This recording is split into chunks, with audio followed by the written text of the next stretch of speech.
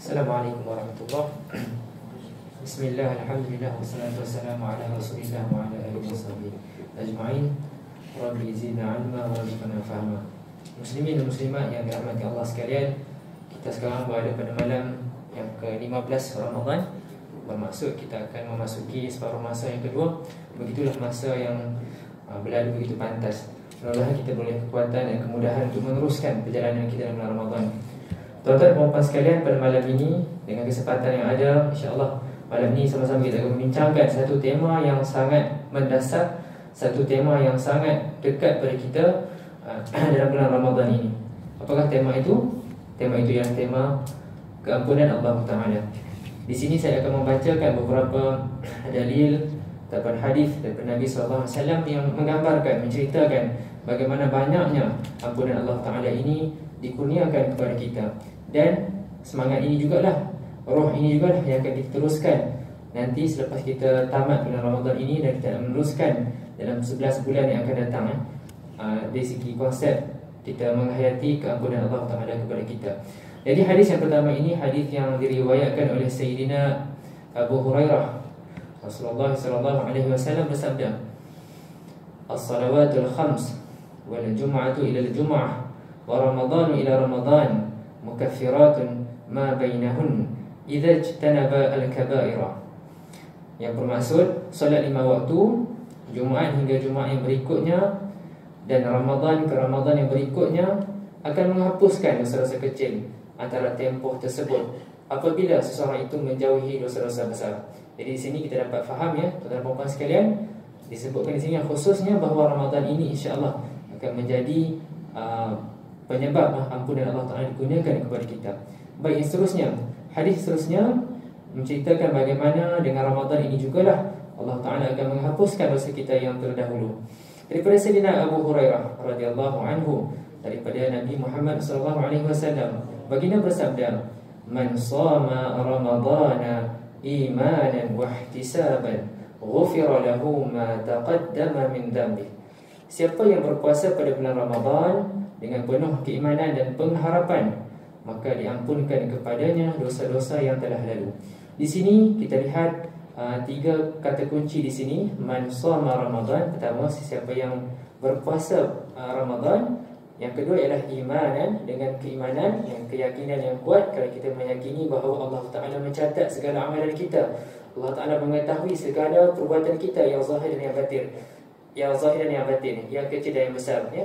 Puasa kita ini memang menguji integriti. Mungkin kita menzahirkan diri kita kepada orang lain sebagai kita sedang berpuasa, namun bila tidak ada orang, mungkin kita boleh minum air ataupun tidak. Jadi di sini terujinya integriti kita. Okey. Itu yang kedua, kata kunci yang kedua ialah imanan, dan yang ketiga ialah wahtisaban. Dia dengan rasa pengharapan, ya, nak mendapatkan ganjaran daripada Allah Taala. Kemudian di sini dinyatakan ghufira lahu ma taqaddama min dhanbi.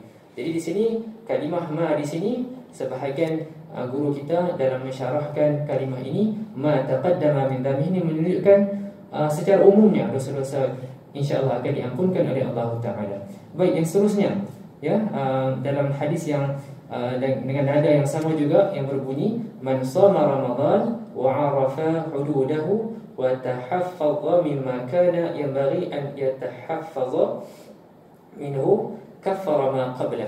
Sesiapa yang berpuasa Ramadan, dia tahu batasan-batasannya dan menjaga diri daripada sesuatu yang mesti dijaga daripadanya, akan diampunkan dosanya yang sebelum itu. Okey. Dan seterusnya hadis lagi yang disebutkan di sini ialah daripada Sayyidina Abdurrahman bin Auf. Rasulullah SAW bersabda, "Inna syahra Ramadan syahrun faradallahu 'alal muslimin shiyamah wa sanatu lakum qiyamah faman shamahu wa qamahu imanan wa ihtisaban kharaja minadh dhunubi kayaumi waladathu ummuhu." Sesungguhnya bulan Ramadan adalah bulan di mana Allah menfardukan orang Islam untuk berpuasa dalamnya. Aku sunnahkan kamu untuk melakukan qiyam, iaitu salat tarawih. Alhamdulillah kita telah laksanakan sebentar tadi. Maka sesiapa yang berpuasa dan melakukan qiyam padanya, yang dilakukan dengan penuh keimanan dan pengharapan, maka dia akan keluar daripada dosa akan keluar daripada dosa seperti hari dia dilahirkan oleh ibunya. Ya tuan-tuan sekalian, sekali lagi ya, hadis ini mengukuhkan lagi keyakinan kita, menyuburkan lagi jiwa kita ya untuk menghidupkan Ramadan ini. Siang kita berpuasa, malam kita mendirikan dengan solat tarawih. Yang mana di sini sebutkan, jika kita melaksanakannya dengan penuh keimanan dan pengharapan, insya-Allah dosa-dosa itu akan keluar daripada kita sebagaimana kita lahir daripada ibu kita. Baik. Seterusnya di sini hadis seterusnya pula menyebutkan secara khusus tentang salat tarawih ya, daripada Sayyidina Abu Hurairah radhiyallahu anhu menyebutkan Nabi bersabda, "Man qama Ramadhana imanan wa ihtisaban, ghufira lahu ma taqaddama min dhanbi." Sesiapa yang berqiyamul lail, yakni salat tarawih pada bulan Ramadan dengan penuh iman dan pengharapan, diampunkan kepadanya dosa-dosa yang telah lalu. Jadi kita dah masuk malam yang ke-15 dan kita masih lagi berbaki 15 malam, maka insya-Allah kita memohon agar Allah Taala berikan kepada kita kemudahan dan keikhlasan untuk kita menyempurnakan lagi 15 malam ya, sebab nanti bila dah habis Ramadan, bila kita masuk Syawal ni peluang untuk tarawih dah tidak ada lagi ya. Baik. Okey. Dan ya, kita boleh katakan ya, Ramadan ini antara malam kemuncaknya apa dia? Malam Lailatul Qadar ya, satu malam yang digunakan oleh Allah Taala pada bulan ini. Maka di sini ya, kita boleh mengambil pengajaran ya, intipati daripada hadis Nabi sallallahu alaihi wasallam, okey, yang mana menyebutkan ya, ini diriwayatkan oleh Sayyidatina Aisyah radhiyallahu anha. Okey, beliau berkata, "Qultu ya Rasulullah, ara'aita in 'alimtu ayyu lailatul qadr ma aqul fiha?" Qala sallallahu alaihi wasallam, "Quli Allahumma innaka 'afuwun karim tuhibbul 'afwa fa'fu 'anna." Jadi di sini dalam hadis ini, isteri baginda Nabi sallallahu alaihi wasallam Sayyidatina Aisyah radhiyallahu anha bertanya kepada baginda Nabi, "Wahai Rasulullah, menurutmu sekiranya aku tahu, yakni aku bertemu dengan mana-mana malam Lailatul Qadar, maka apakah bacaan yang akan aku baca dalamnya?" Baginda menjawab, "Bacalah." Yang artinya doa yang kita sebutkan tadi, Allahumma innaka 'afuwun karim tuhibbul 'afwa fa'fu 'anna. Jadi doa ini apa dia? Doa yang memohon kepada Allah, ya Allah, Engkaulah Tuhan yang Maha Pengampun dan Maha Mulia. Engkau suka kepada pengampunan, maka ampunkanlah diriku. Jadi tuan-tuan dan puan sekalian, dalam sesi pertemuan sebelum ini saya telah menyebutkan perkara yang sama. Bagaimana kita lihat ya, dalam kemuncak bulan Ramadan ini pada malam Al-Qadar, malam yang digambarkan khairun min alfi syahr, maka Nabi mengajarkan apa yang boleh kita laksanakan, apa yang boleh kita pohon kepada Allah Taala. Maka di sini Nabi mengajarkan apa dia? Mengajarkan kita memohon ampunan Allah Taala. Maka di sini sekali lagi ya, mengukuhkan kepada kita bahawa memang tema keampunan Allah Taala ini sangat-sangat besar, sangat-sangat penting yang perlu kita jadikan panduan. Baik, di sini saya ingin mengakhiri ya, perbincangan tentang tema keampunan Allah Taala pada bulan Ramadan ini. Satu hadis yang menceritakan apakah fadilat seterusnya berkenaan dengan amalan istighfar, memohon ampunan Allah Taala. Jadi hadis ini Nabi menyebutkan, "Man lazima al-istighfara ja'alallahu lahu min kulli dhiqin makhraja wa min kulli hammin faraja wa razaqahu min haitsu la yahtasib." Maksudnya, barang siapa yang melazimi, yakni dia sentiasa beristighfar, maka Allah Ta'ala menjadikan kepadanya setiap kesempitan itu jalan keluar ya. Itu yang pertama. Yang kedua, setiap kebimbangan itu ada kelapangannya, dan Allah juga mengurniakan kepadanya rezeki daripada arah yang tidak disangka-sangka ya. Ya, ini adalah antara keutamaan istighfar yang ditunjukkan, yang diajarkan oleh Nabi SAW. Baik tuan-tuan sekalian, di luar konteks Ramadan ya, amalan kita beristighfar kepada Allah Ta'ala ini sentiasa kita amalkan. Apa dia? Antaranya ya, dalam solat kita, apa yang kita baca ketika duduk atau duduk sujud? Rabbighfirli warhamni wajburni. Jadi pada awal doa itu sekali apa kita katakan? Rabbighfirli. Kita memohon agar Allah Ta'ala mengampunkan dosa kita. Rabbighfirli. Kemudian dalam doa, dalam tahiyat akhir ya, selepas kita membaca tahiyat, ada doa yang diajarkan oleh Nabi. Antaranya apa dia? Doa yang boleh kita bacakan ialah doa Allahumma ghafirli ma qaddamtu wa ma akhartu wa ma asraftu wa ma anta a'lamu bihi minni antal muqaddim wa antal muakhir. Jadi doa ini intipatinya kita memohon kepada Allah Ta'ala untuk mengampunkan dosa-dosa yang telah kita lakukan. Baik, kemudian bagi para muslimin, pada mingguan, pada setiap pertemuan mingguan kita, salat Jumaat, apa doa yang imam bacakan pada khutbah yang kedua?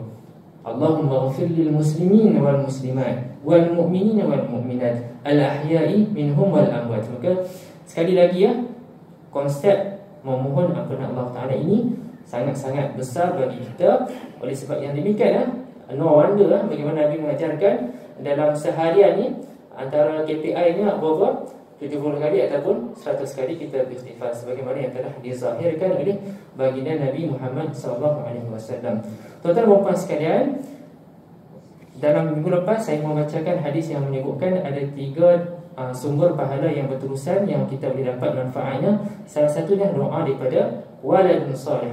Jadi sebahagian ulama membahaskan hadis ini menyatakan doa daripada orang Islam kepada orang Islam yang lain pun insya-Allah akan termasuk juga. Maka kita boleh juga merebut peluang ini, kita mendoakan untuk ampunan Allah Ta'ala kepada dosa kita dan juga dosa-dosa muslimin dan muslimat yang lain, terutamanya kepada ibu bapa kita. Kerana apa? Di akhirat nanti ibu bapa akan rasa terkejut. Kenapa tingginya darajatnya di akhirat nanti? Dia pun pelik. Kenapa? Bila ditanyakan kepada Allah Ta'ala, Allah menjawab bahawa inilah hasil doa anakmu kepadamu. Maka kita sayang mak ayah kita, maka marilah sama-sama kita mendoakan untuk diri kita dan ibu bapa kita dan juga muslimin dan muslimat dalam setiap kali kita selepas solat, insya-Allah. Baik, saya rasa itu sahaja yang saya ada untuk pada malam ini. Sekali lagi saya ingin tegaskan bahawa memang kita sangat berhajat kepada ampunan Allah Ta'ala. Satu analogi yang boleh, ataupun 2 analogi yang boleh kita ambil ialah hati kita ni ibarat kata apa, kain putih ataupun kertas putih, yang mana setiap kali dosa itu berlaku maka dia meninggalkan titik hitam. Cuba bayangkan kalau kita membiarkan dosa itu sentiasa berlaku, maka kita akan lihat kertas ataupun kain putih itu akan sentiasa bertumpuk-tumpuk hitam. Kalau tidak ada immediate action untuk kita membersihkannya, maka kita akan lihat akhir sekali memang akan ada tumpuk hitam yang besar yang sangat tebal. Maka apa efek kita? Kita sentiasa beristighfar kepada Allah Ta'ala.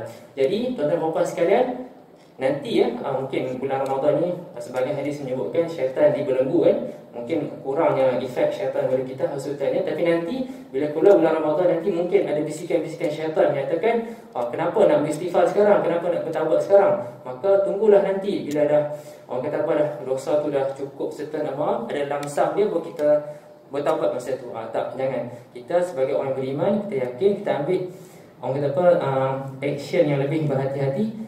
Kita clearkan setiap kali berlaku dosa, terus kita bertaubat kepada Allah Ta'ala. Maka insya-Allah kita akan rasa burden tu dia akan lebih ringan. Okey. Dan di sini dalam hadis-hadis kita bacakan sebelum tadi menyebutkan ampunan Allah Ta'ala. Dosa tu, dosa apa? Dosa kita dengan Allah Ta'ala. Ini tidak termasuk dosa-dosa dengan makhluk. Dosa-dosa dengan makhluk, maka itu kita kena selesaikan. Kalau dulu kita pernah pukul orang lain, maka kita kena mohon kemaafan dia, kena mohon halal daripadanya. Kalau ada hutang, kita kena selesaikan, kena bayar. Tak boleh kita sekadar menghidupkan Ramadan dan kita expect dosa hutang tu akan settle, tidak. Jadi ini merujuk kepada dosa-dosa kecil antara kita dengan Allah Ta'ala. Dan dosa-dosa besar perlukan kepada komitmen taubat nasuha. Apa elemen taubat? Ada 3. Yang pertama, benda yang dah berlaku. Dosa yang dah berlaku kita menyesal. Dosa yang sedang berlaku ni kita berhenti, dan yang akan datang kita berazam untuk tidak melakukannya. Dan insya-Allah saya harapkan mudah-mudahan bermanfaat kepada diri saya terlebih dahulu khususnya, dan kepada tuan-tuan dan puan sekalian. Wabillahi taufiq wal hidayah. Assalamualaikum warahmatullahi wabarakatuh.